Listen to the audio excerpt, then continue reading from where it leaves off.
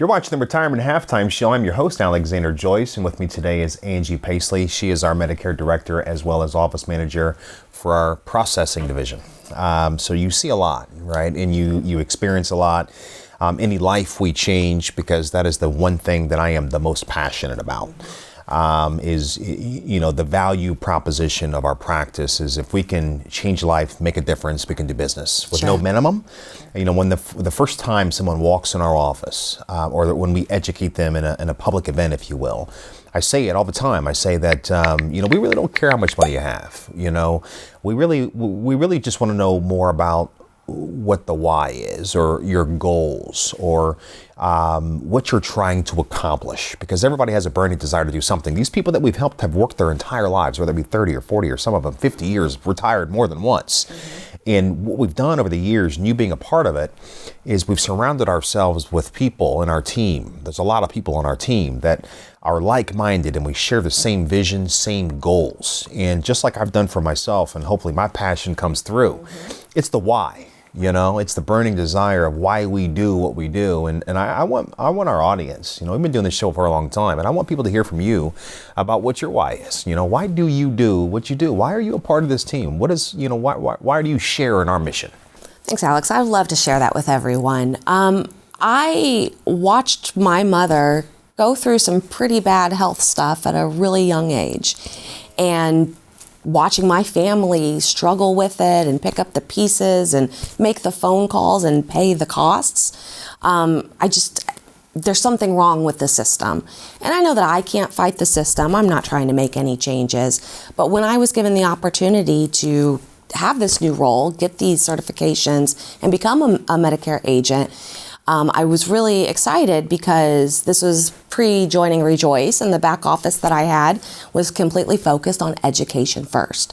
And that's how I was trained. We don't care if we get the sale. We're out to teach people all of these nuances, all of these differences, so that they can learn what is the best decision for them.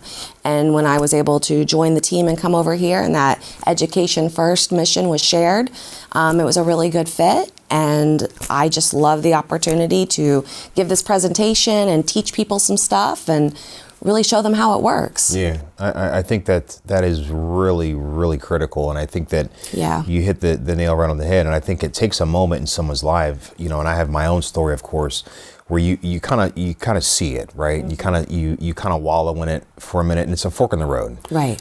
You go down the right path, you go down the wrong path, or what do you do with that, right? We're blessed enough in life to have two good eyes, and if we're blessed enough to have 10 fingers and 10 toes, mm-hmm. I think that we have the ability to make a difference. And I think that if our moral compass is pointing in the right direction, and our burning desire is to change a life, it will come through if we are focused on just the commission. Right. Or just the sale, right? Because you don't even remember the people's names, right? I remember when I first started this with 0 clients, where I could be out, or we were doing a client appreciation event, and there was, years later, hundreds and hundreds of people there.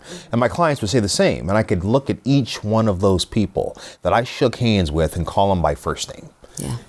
And that is it truly means something to us. It does. Right? It does. And I can tell it means something to you, and I think it's just an awesome feeling. It is. It is. And I think that when we try to fight the system and we try to do it a different way, we know that it's challenging and there's hurdles, mm-hmm. right? And our industry is difficult. There's horror stories. Mm-hmm. And so I think the number one thing that we can ask for people is a little bit of time.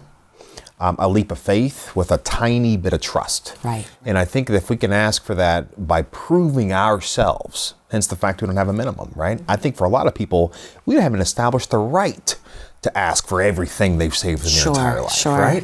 I think we have to start somewhere, and I think that there's some barriers there. And some people in our industry, some people that we help have been burnt, they've been stung. Yeah. And I think that we have to realize that and then understand that it's their life work. Mm-hmm. They've built this. We just want to help. That's right. Right? That's right. We just want to get them to the next level.